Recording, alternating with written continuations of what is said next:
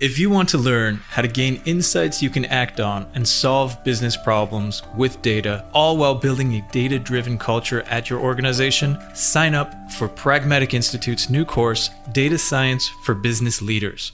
Find out more at pragmaticinstitute.com/data.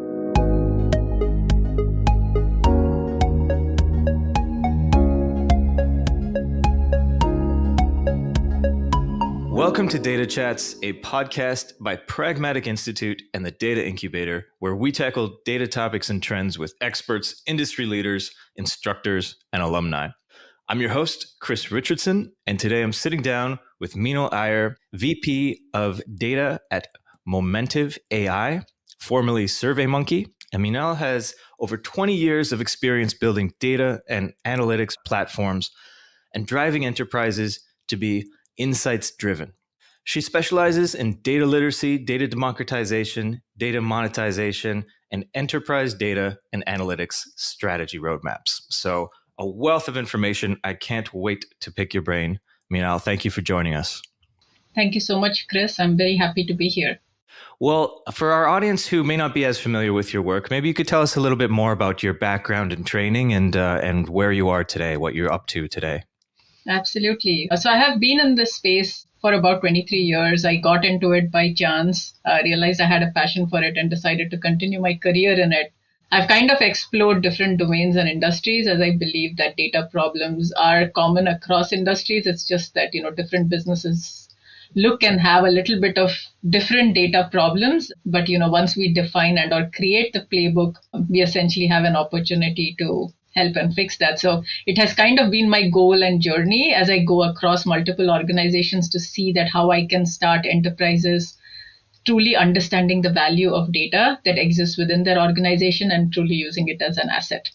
Yeah, and what does that change look like over your 20 years of experience? I'm curious, what are kind of like the major markers, maybe from when you started looking into this space to now?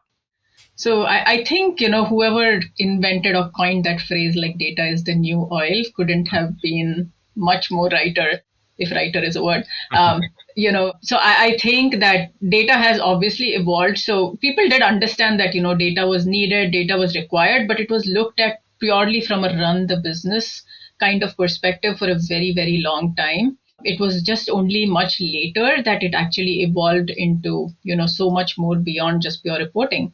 And what we could actually do with the data itself and what kind of insights we could derive out of it. And then not only insights, then how can we actually train that data to become more prescriptive for our organization and for us to be able to use this towards monetizing our data, building innovations out of our data, and then of course optimizing a lot of what we have in terms of operational efficiencies itself. So people just started realizing that just off late, and I see that evolution, once it started, it just kind of took on like crazy, and now it's kind of spread across, multiple industries in very, very varied fashions. But I see that being, the biggest evolution around.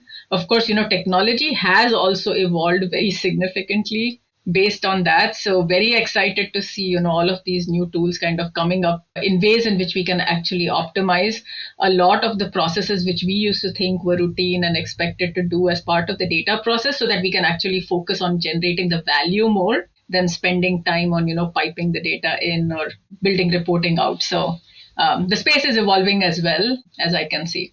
Yeah, and are there, we could get into specific technologies, but I'm also curious about the trends in terms of what have you been seeing that you're maybe excited about, or maybe you've already had a chance to use that you think will be a significant change from the way things were done earlier, say even 5 years ago? I see. So if you've read specifically about like how the modern data architectures look like, you have seen that a lot of these processes. So again, let's talk about our basic ETL. Just think about it, how traditionally that we would actually do ETL, and to now how it has actually evolved with us having, ingestion tools in place, which actually automate your connections to pretty much any source that you have in an automated and in a very efficient way, than you having to actually write and pipe those. CDCs are taken care of more effectively. So, you don't have to care and or worry about it. In some cases, these tools also provide the normalization that you're looking for in the data. So when you truly think about it, you don't even have to think about modeling the data in a specific way. The data just gets produced out to your end users in a much sooner fashion. So you can actually produce those outputs out to them and then focus on that second part of it is where you're generating value out of the data. So I think with this modern data architectures, we are seeing that, evolution of the whole journey of how data is actually brought into a platform and then eventually consumed, that is kind of transforming and becoming much, much more automated and efficient than what it was about 5 years ago. Yeah, and what does that mean for a typical business or organization when you're thinking about, generating value or insights? What does that automation actually do, or how might we see the effects of that? So one is the organization becomes less resource constrained in terms of, dependency of someone sitting and actually spending like 3 months building a specific integration out, and that reduces to a couple of hours and or, a week. So you see, obviously your resources are then able to devote or dedicate their time to better pursuits. And then also you notice that the organizations also get go to market much sooner. So, you're integrating or bringing a new platform within the organization and you want to bring and consume that data, marry it to your enterprise, the rest of your enterprise data. And traditionally, what it would have done is it would have been a big, large waterfall project, trying to bring all of that in and then creating that end-to-end model. But with now what we have with these new tools and with these new architectures essentially gives us an opportunity to bring that in much sooner. And so, we can start deriving the benefits of it much sooner. So if you have to act upon something and build a product and or an innovation based on this, the organization can see those benefits sooner. And, that may give us a little bit of an edge over, our competitors. Yeah, and that's also, well, something I wanted to touch on is the competition, because it does seem like, even if you go back to that metaphor of oil, right? There's a competition for who can find the most, who can convert it as quickly as possible with the best technology. So when you're thinking about data and competing organizations that could potentially be buying the same products or using the same tools as you, how do you think about competition? That's a very good question, actually. So we obviously have to know and understand that, we have great data leaders across multiple organizations. So I'm sure the competing organizations are thinking similarly in the best ways possible.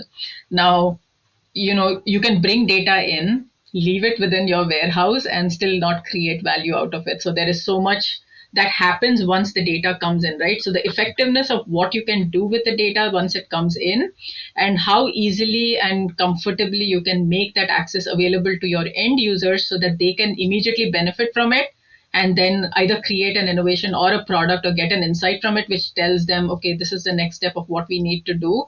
The much sooner that we can do that, that's where, we kind of get our edge over the others. So for example, if my competitor also gets the data in a week, and I get it in a week, but then I have my platform available. And, I know we're going to talk about data democratization later. So I'll talk to you about the semantic or the business view layer, which kind of helps drive this kind of data sooner to the business and allows them to look at the data, analyze and pivot the data much, much more effectively and get to insights much sooner. I think that's the edge I believe, we can have over our competition by building that out more effectively. So one is where you bring the data in and then, just tell the user, okay, go ahead and use it.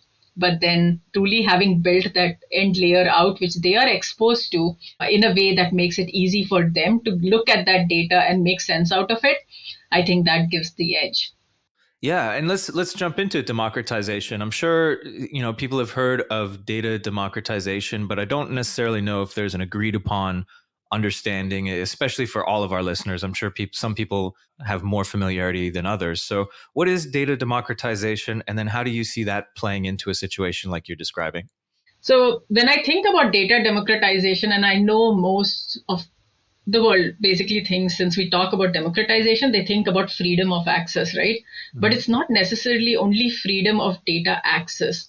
It is how comfortable that data is to access, the tools that you provide to get access to that data, and then the culture you develop in terms of, how the data truly should be used so that it actually can make sense for you. So data literacy and data democratization goes so hand in hand, because without that true data culture, you cannot see the value of data democratization. So you can provide the full data access, but without that full education of the organization, you truly don't get the full value of what you're trying to actually go and build out. Yeah, and what are some of the pros and cons, or maybe to think of it another way, what are some of the potential flaws or issues you could run into when you're trying to work with data democratization? I wouldn't call. So one thing we of course run into is, so obviously governance is a big part of it. Security, privacy is a very, very big part of it. And that is something that has to be taken into account, as we build these data platforms out. So I wouldn't necessarily call it as an issue. I would call it as a nice data challenge to have, as to how you can actually control the data that you have within the organization in a way that, the integrity of that data is maintained, and your end users still have the ability to be able to access the data as they want to look at it. So there are ways in which you can anonymize the data, there are ways in which you can tokenize the data and still provide that access and the usage for the end users. So there are, yes, it is a little bit of a challenge doing that and then managing it and then still servicing all the needs and making sure, we go to market as quickly as possible. But, though there are solutions and there are ways to actually effectively manage that. So as a data leader, it's our responsibility also to be very, very cognizant of the fact that that access control is essentially something that we have to take we have to adhere to very strongly, and we basically own that data and ensure that, we manage that very, very securely. So for me, that has traditionally been the big challenge. The second one is that if you don't actually have executive sponsorship on the strategy that you build out, right? So you built an enterprise data strategy, but you haven't yet truly roadshowed it and publicized it across the organization, and you don't have fully the support of the full organization, then the big challenge you can run into is essentially getting the adoption of once this platform basically starts getting built out. So again, big part of data democratization is also that culture and how you educate the organization and why this is the right way and this is the right thing to the right place to get your data from, essentially. So there is a lot of that. So those primarily have been my larger and bigger challenges more than anything else. Yeah, I'm curious if you could go into that a little bit more, especially at a high level. What do we mean when we're talking about data strategies? So as VP of data at Momentive, what are some of the high level ways that you're approaching strategy or thinking about strategy? Absolutely. So the strategy is very, very key in terms of just overall what your 3 to 5 year vision looks like for data itself. So there is an end goal essentially that you are moving towards. Now, whether the end goal for the organization is that, we basically become an organization that can monetize data, we become an organization that truly can innovate from data, whether we become an organization where essentially we want to be able to take action on data and then see what the impact on that action essentially is and use it just within our application. It just depends on what that end goal or that end purpose is. And so essentially when you write or draw out your vision, you basically have that end goal in mind and you draw and say, okay, this is what my future state looks like, right? No holds barred in terms of what the investment is going to be, your budget is going to be. This is that pretty picture that I want to look at at the end of 2 to 3 years, and then you start working on an action plan. Now there are certain levers that I typically have that I pull when I look at essentially when I look at my strategy itself. So the first and of course most important one is technology. So when you look at technology, you have to understand that I have the right technology to drive me to where I need to go. Now, one thing organizations need to realize that technology can be an enabler, but it cannot truly drive your data strategy. So just having technology doesn't say that, oh yes, this is what my data strategy looks like. And that is something that we have to be very, very good and careful about as we develop our technology strategy itself. So the first thing you do is basically enable your technology. The second is that you define what truly your data roadmap and your data strategy actually looks like. So this is in terms of, what are the strategic priorities for the organization? So what are the first things that they are looking to get out of it? So it could be very possible that our business truly runs on the fact that we are a very customer focused business, but we do not have a lot of customer intelligence within our business. So say that the first thing that you want to essentially attack is building out a whole customer 360. for the customer, and you have to understand as to what that customer 360 is going to look like, and say that, okay, this is the first point of thing that I'm actually going to look at. But I'm thinking about customer right now, but it is also possible that, I'm only looking at one direction. How about if I pivot it and I want to look at it from a product standpoint as well? So, do I need something like a product 360 to look at, a certain other lens of what that is? So you kind of slowly think through all of this, and, you speak with your leadership and understand truly that whether from a data standpoint that you're thinking about this right. So this is very, very key as you set your data roadmap. The analytics strategy, as we set on, what I look at is the organization is the most effective when we make our business users very, very productive, and our data analysts and our business users very productive. And how can we make them productive is that we reduce their dependence on us to do their things. So we should give them, or we should empower them as much as possible in terms of providing, self-service for the organization. And so as I build my data and analytics strategy, I build this view or a semantic layer, which essentially is a business view layer, which helps provide the, about 85 to 90% of the questions that the organization would like to ask. It gives them the ability to ask those questions directly off of that layer. And it's only the rest of the 10%, which I think are a little more complex for them to do, or, things either them that may not be very easily possible, is where they will come back to us. So how I can actually effectively remove that dependence on the data team and move that to the business function. And then, us working only on ensuring that the platform again provides that comfort, tools and culture and access essentially to the team. That is very important. And then in my analytics strategy, I also build out as to, how I would go ahead and build out a center of excellence within the team. Because once I move a lot of the function back to the business teams, my team has a little more freer time. So what do they actually do? So they start building out.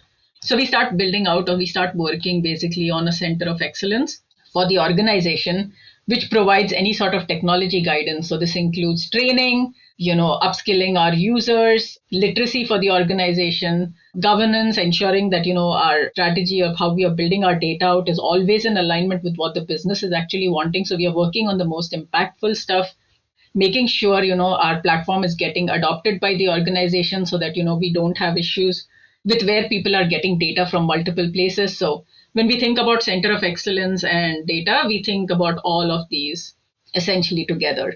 Then once we pull essentially that lever, then you focus on your team. So how do you empower your team? So there may be a need for, you to either cross-train and or upskill your team to make them most effective in what that new world is going to look like. So you need to think about that as you start empowering the team itself. And then you start looking at, what are the functions in which they spend their time, a lot of their time. So you have to kind of do a full assessment for your team and try to fully understand, how they actually bucket their time, and then how can you actually make them the most effective. So in that sense, I create a strategy essentially for the team itself. Then we look at processes. What processes include is you understand how are the communication protocols between us and the business. How do we do prioritization processes? How do we truly know that what we are working on is the right thing? So that sort of thing kind of slowly gets defined. How do we do, how do we push products out? What kind of experimentation do we do? So do we test enough? Do we learn enough? How does that process look like? So we build essentially a strategy around process and see how that we can actually improve that process. The next thing is around metrics enablement. So how do I enable metrics, right? So I have built all of this. I'm starting to build all of this. And how do I see that, how it is most effective? So I create success metrics and then see how I can continually measure them and ensure that we are on the right journey and we are on the right path. And there is no harm, if your metrics tell you otherwise and you have to kind of change your path a little bit and focus. So, people should be okay with, being able to kind of change that direction if necessary when they realize that, something is not exactly working as they expected, and which is, business changes direction, things change direction. So it's okay to basically do that, but it's a good idea to continually keep measuring it. Now, metrics enablement also includes another component of it, which is so important, is within organizations, we see that there is always inconsistency in definition of metrics. So, as organizations look at metrics, they realize that, oh, we have to, I'm getting numbers. These are the numbers from finance. These are the numbers from marketing. This is the number from sales. None of these numbers match. So how do I create? So as a data team, it's my responsibility to ensure that whatever I build out on my semantic and or metrics layer is that right definition of the metric and what the metric actually should be. So within my metrics roadmap, essentially, that's what I kind of build out. Then the next thing is, okay, now we have the platform ready. How do I now promote this to the broader organization? So I create and build a literacy plan. And how do we start influencing this culture and pushing this out to the rest of the organization? Then how do we start empowering the enterprise? So, we start providing data as a service, analytics as a service. We start building data and analytics products. So how do we build out or how do we strategize around that? So that includes, where you get into data science and where you get into machine learning, and then eventually AI if the use case calls for it for your organization. And then once you have done that, then you have given them all the tools to make them as impactful with the data as possible. So now what you have to do is that how can you percolate that behavior across the rest of the organization? So when I do data literacy, I make them literate about the data.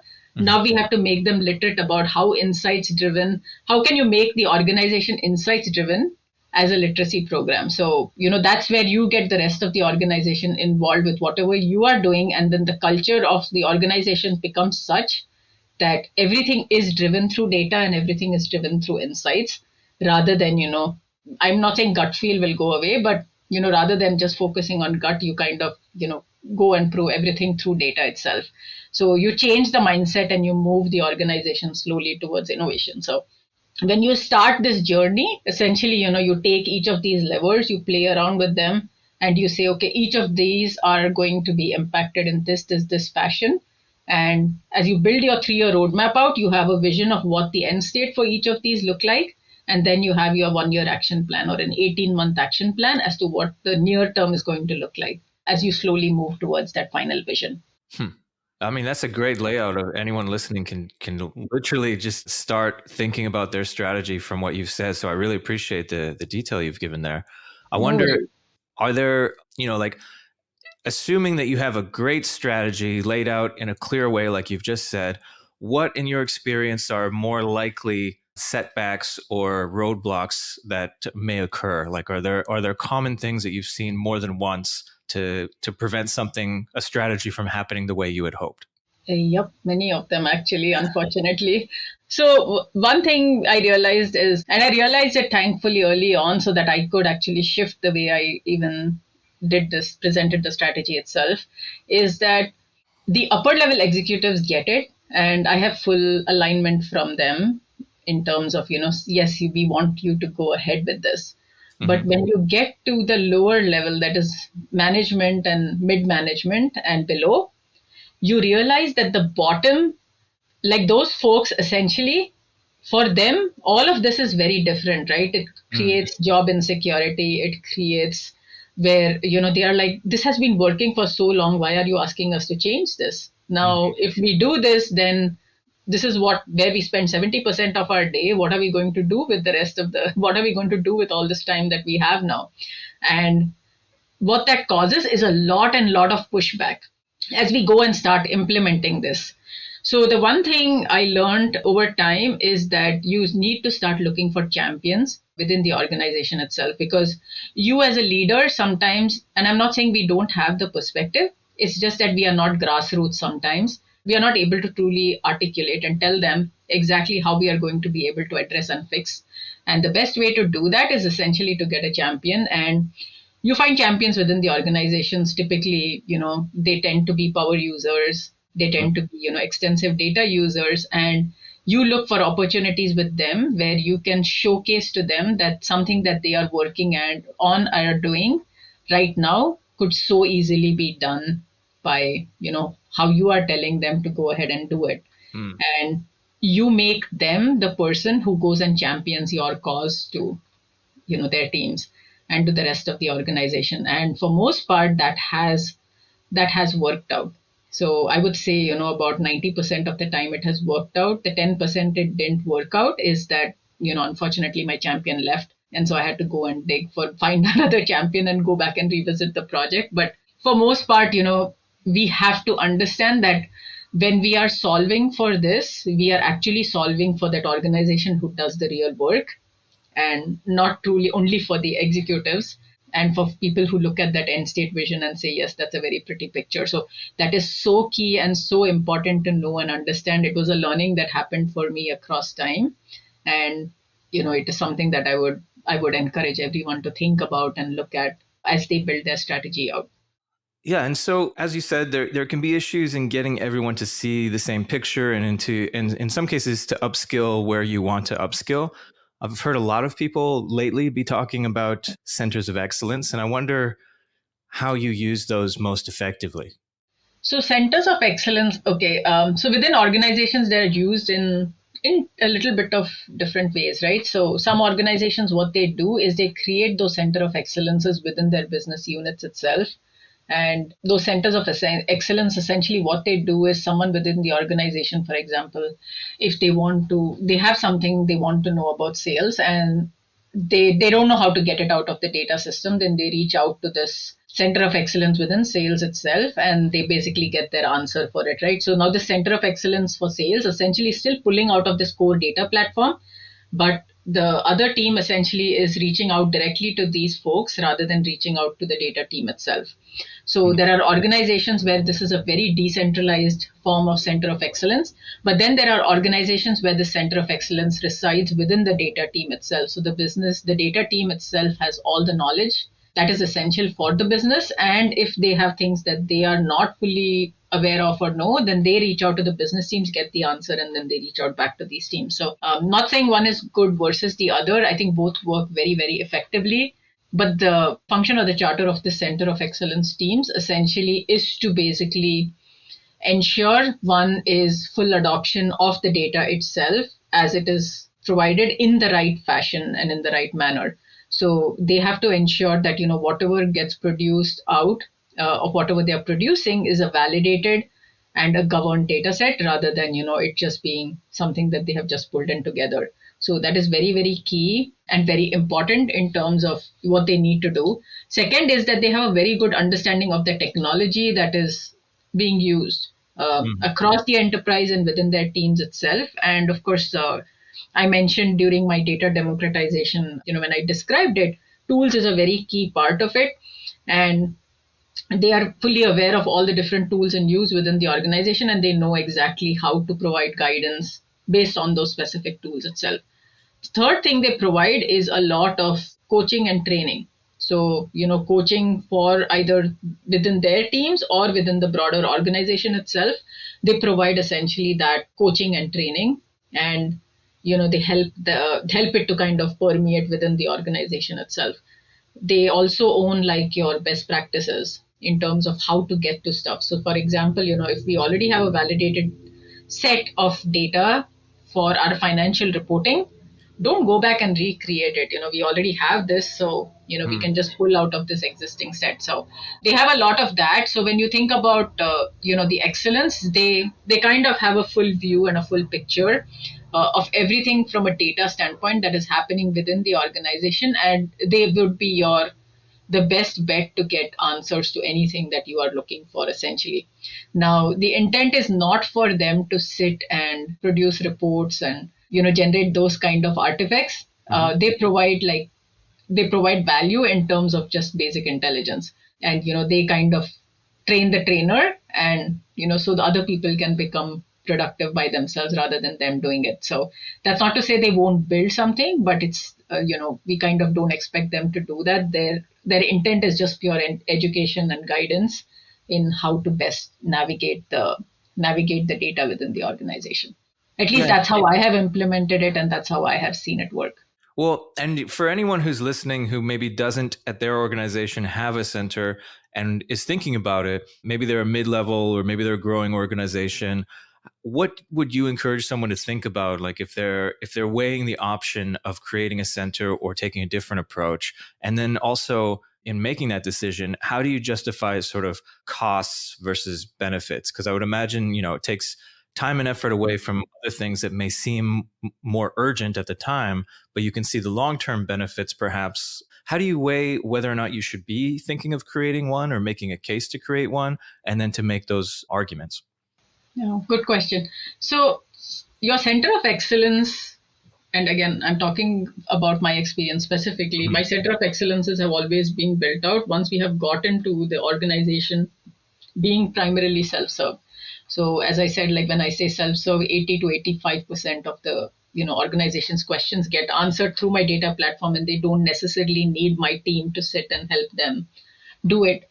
So when we get to that point, the workload on my team is no longer focused on building stuff out for the business, right? Because now the business is building their own outputs out. So, my team is able to now focus on truly becoming the center of excellence, and what I kind of defined as the charter of what the center of excellence does. So you need to get to a state within your organization and within your platform till before you can go ahead and start implementing a center of excellence. Mm-hmm. Now, if you truly want to get started till before then, I would say start it by subject area.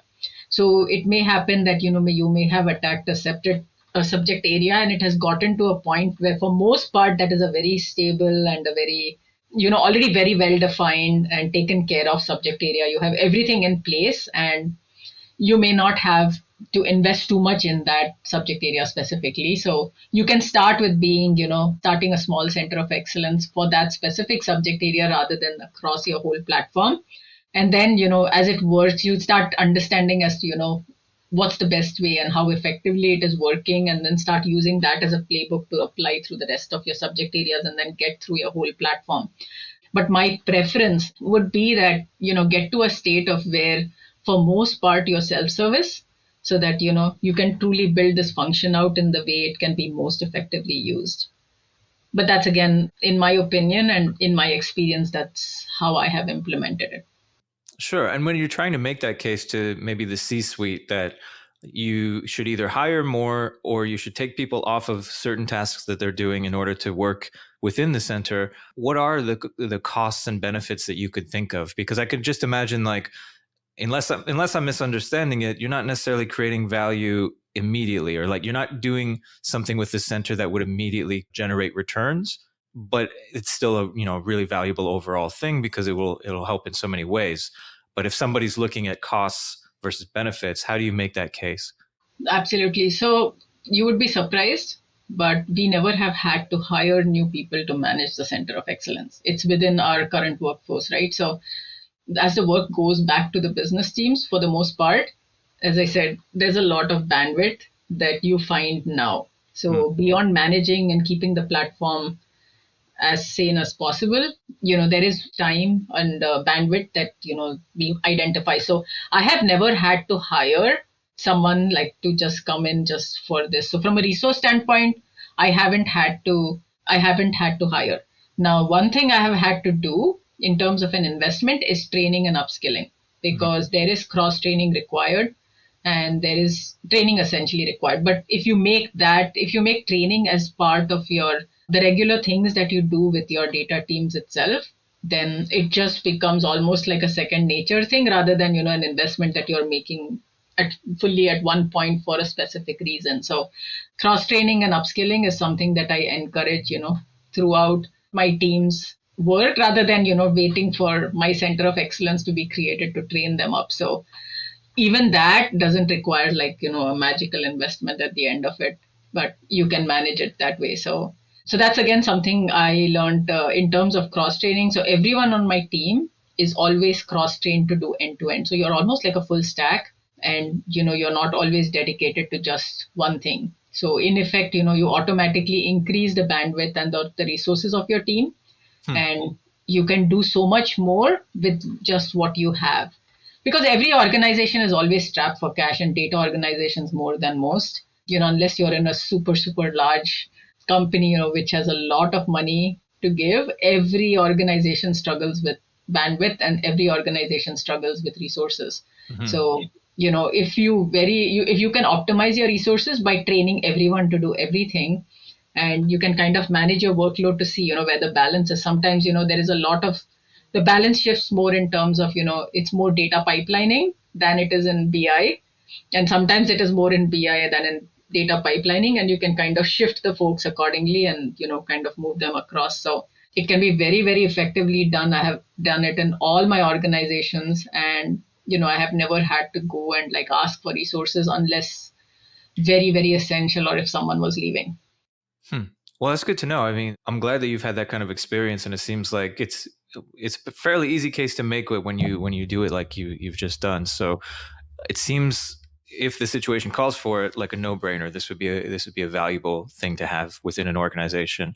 And I'm curious, related to that, you spoke about data literacy, making sure that everybody is kind of familiar with the data that's available and able to use it to its full effect. But at the same time, I know that there are considerations like privacy and personally identifiable information and these kinds of things where you probably don't want everybody accessing all the data, even if they know that it exists. And I wonder how Mhm. you kind of balance that. So I can see on one level, thinking of data democracy as, at least within an organization, everyone knows where the data is, can access it, all that kind of stuff, which is great. But on the other hand, yeah, you don't want certain people, I would imagine, accessing all the data or manipulating it in certain ways. So how do you kind of weigh those pros and cons of sharing data, but also maintaining privacy and confidentiality and these kinds of concerns? Awesome. So, like PII information, if you look to see the use cases for using that data are very limited. You don't necessarily need to know, right? One is either for marketing purposes or maybe, fraud and risk needs it or HR needs it. Hmm. But beyond that, no one actually needs to know the customer's personal information at all. So, when we think about access control and access management, and again, access control is a big part of data literacy as well, is, you educate the organization that if you truly need the data, then you make a use case for it. And, then you will be provided access to it. And how we kind of manage that is through views. You only provide the views of what data is actually essential for the user who is accessing the platform. And you can easily manage that through like a role-based access.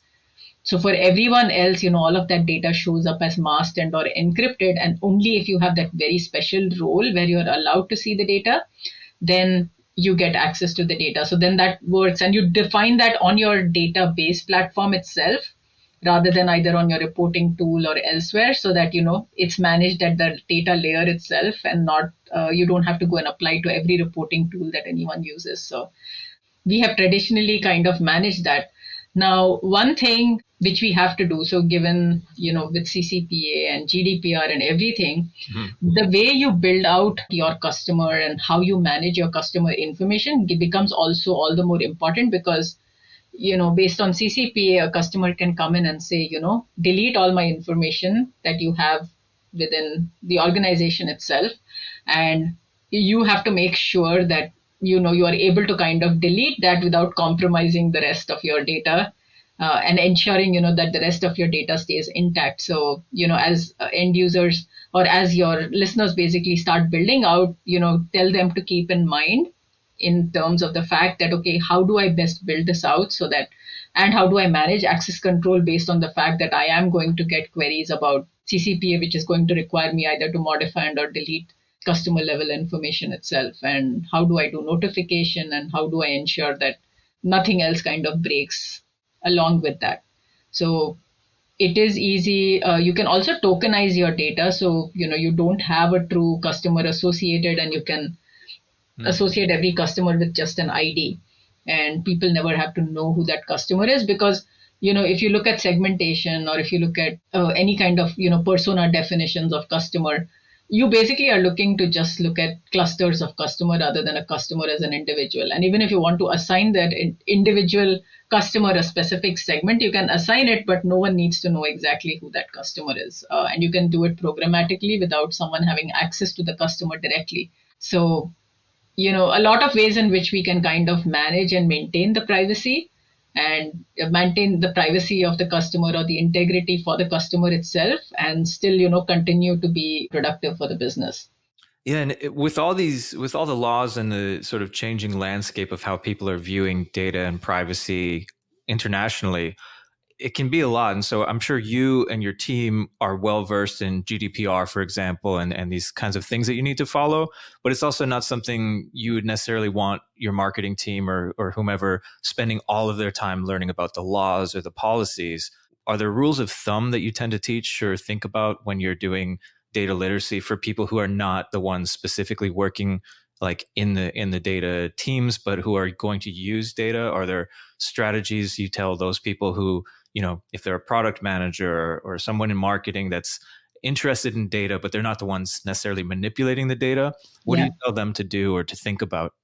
So we tell them about the fact. So at least at a very high level, they need to understand what the laws of the land are in terms of customer itself, right? And that is very key for them to know. And we advise them. So as part of the data literacy, the education is more around that if they need access to that data, then what is the way to get it? And that way is not simple, right? You have to truly define the use case. It has to obviously get signed up by, someone VP and above. And it has, of course, to be approved by our privacy officers to say that, yes, this is data that they can actually access. And this is a valid use case that we want to use it for, because if they use it otherwise, then, we are in kind of violation. So Yeah. that is the kind of education that we give and provide to them, and we help them understand as to why it is essential that we keep it that way, just so that we can manage and continue to still have the data access democratized, in a very reasonable way, and not have it in any other fashion. But yeah, that's kind of what we teach them in, as we go through the data literacy program itself. It's a very important conversation to have, but no rule of thumb beyond just telling them what it is, and without getting too much into the nuance of it, but just telling them that this is the only way that you're going to actually get access to it is if you follow this process, but have a defined process and educate them about it. I think that's the best way to do it. Yeah, and it makes me think of what you said earlier about how the faster you can sort of process data and find actionable insights, the better that you can face off against competition.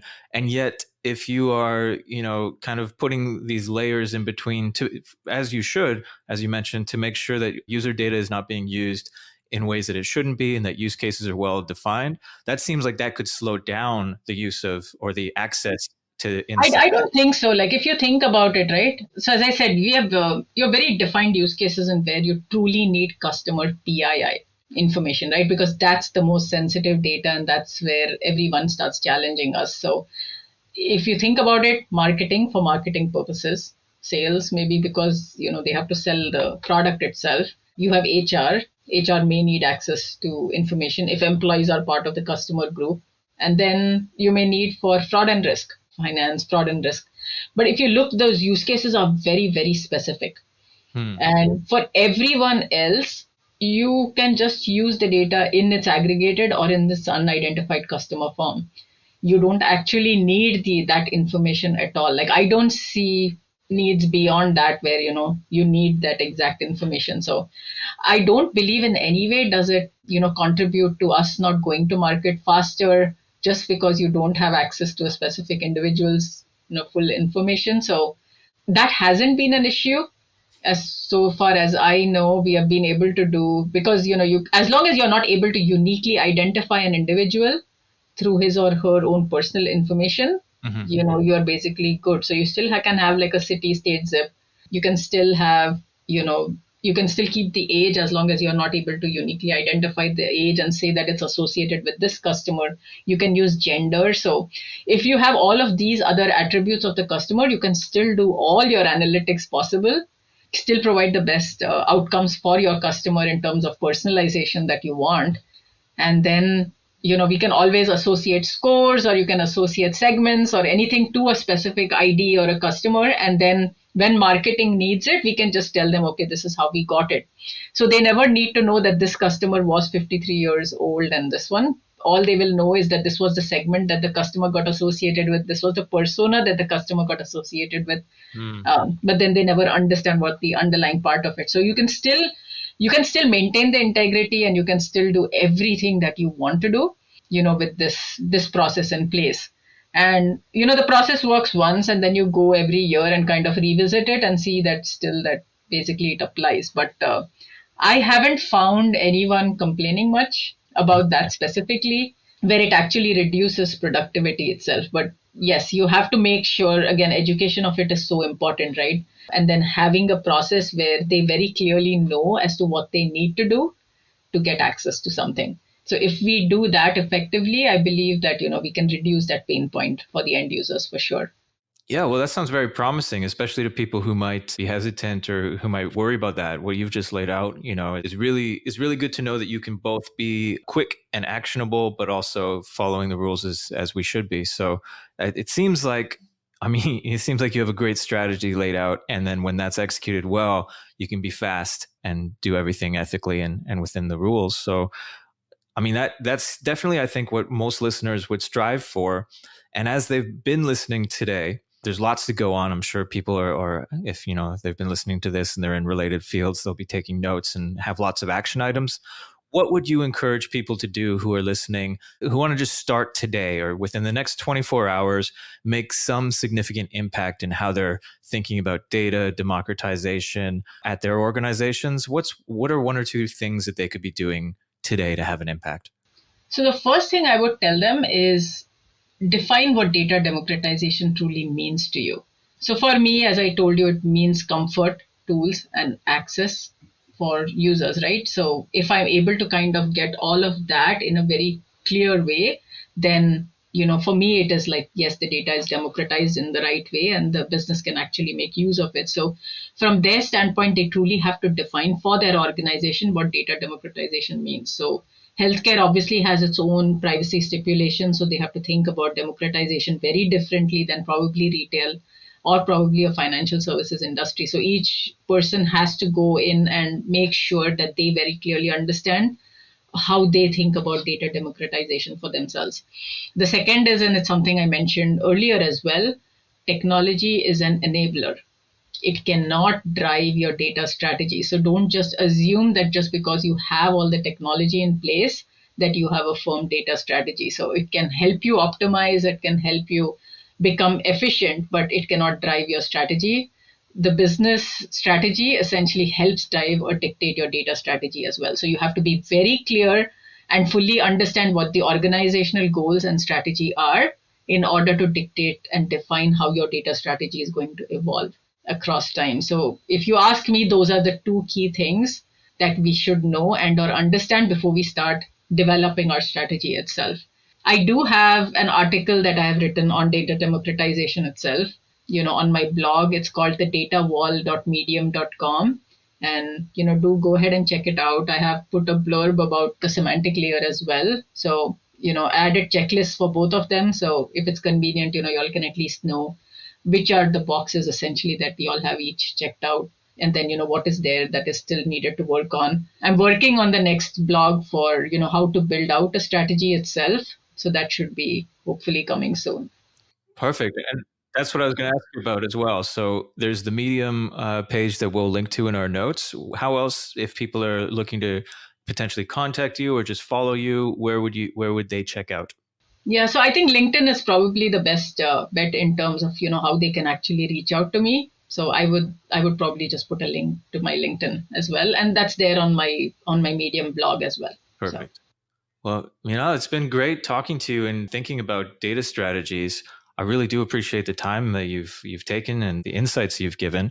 Yeah, is there anything else that you want people to be thinking about or looking out for as they start to more fully flesh out their ideas around data and democracy? So first of all, thank you so much, Chris, for inviting me on this. I absolutely enjoyed the conversation and all the questions you had. All I want to tell folks is that, and I'm not trying to say it's easy, it's all possible, okay? You will find a way to basically get your strategy done and to get to your vision of what you want in a data strategy itself. In some cases, you really have to do some out of the box and creative thinking as to how it's going to work for your organization. But oh my God, it's absolutely doable. So I just wish everyone the best. And please do feel free to reach out if you have questions about very specific areas of the strategy that I can help and or assist with. Well, it's excellent and inspiring advice. I thank you very much. Thank you. Thank you so much.